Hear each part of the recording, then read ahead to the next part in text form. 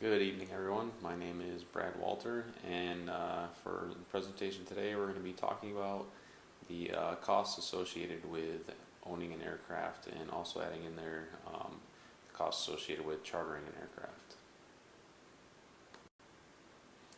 And listed here is just a recap of all the airframes that we've been talking about throughout our presentations, and added in is the Learjet 60. That would be the charter option.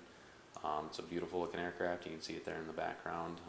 We're going to compare that one and see how it sizes up as far as the cost comparison goes to ownership of the others versus chartering the Learjet.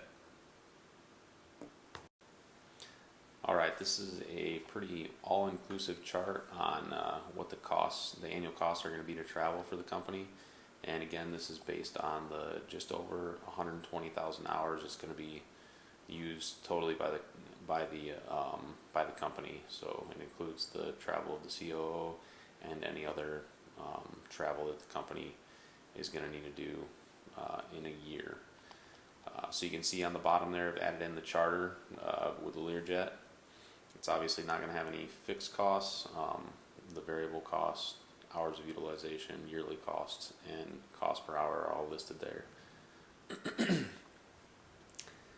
I highlighted the Pilatus PC-12 for a couple reasons.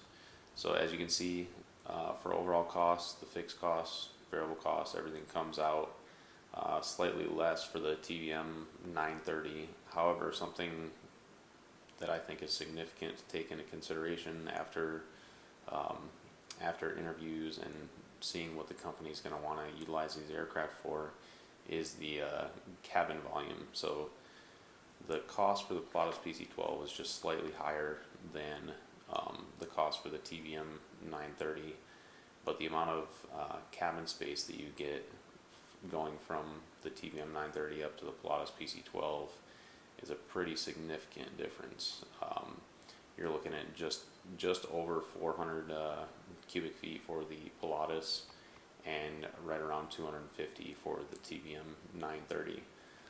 So in my opinion, that significant jump in cabin space and being more comfortable, being able to use the cabin as the company wants to for a workspace to and from wherever they're going would be worth that little increase in price to go from the TVM 930 up to the PC-12.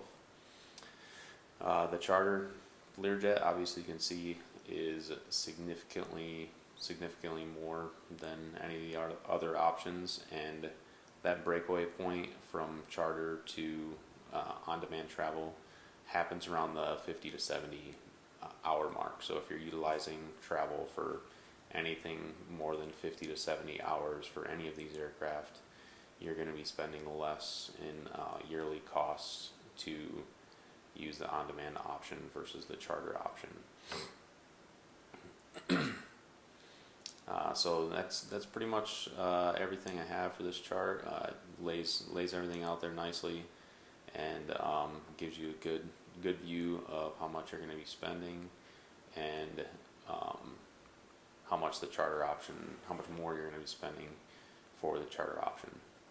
And another note on all these costs are based off of paying outright for the aircraft, so not financing any portion of the aircraft.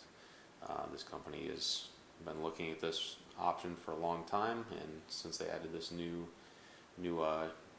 city to their travel plans, they are ready to go all in and had been thinking about on demand for a while, so they had the cash on hand to be able to pay outright for the aircraft and not finance. So that obviously reduced annual costs as well, being able to pay outright for the aircraft. As you can see from the data, it looks like for this company, on-demand is a fantastic long or short-term option for the company's travel needs. Even just over that 50 to 70 hour mark, you're going to be saving money using an on-demand option versus charter. Hope you all enjoyed the presentation.